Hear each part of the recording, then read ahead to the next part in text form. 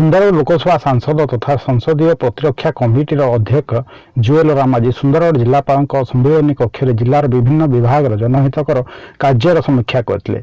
से मुख्यतः जिला खनिज प्रतिष्ठान पांठि खर्च आईटीडीए डीआरडीए पांठि खर्च होता विभिन्न प्रकल्प संबंध में समीक्षा करते। एतद्व्यतीत शिल्पायन स्थानीय नियुक्ति बासच्युत मानक थैथान और तार पारिपार्श्विक अंचल विकास आदि उपर से ओराम गुरुत्वारोप करते।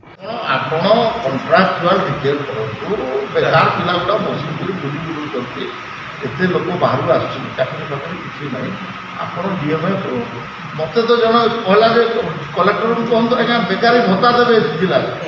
यही बैठक में जिलार अन्य विभाग यथा कृषि शिक्षा जंगल जलसेचन प्रभृति द्वारा होइथिबा विभिन्न कार्यक्रम संबंध में मध्य पुंखानुपुंख चर्चा होइथिला।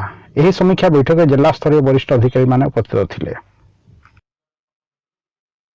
Bureau report Sundargarh live.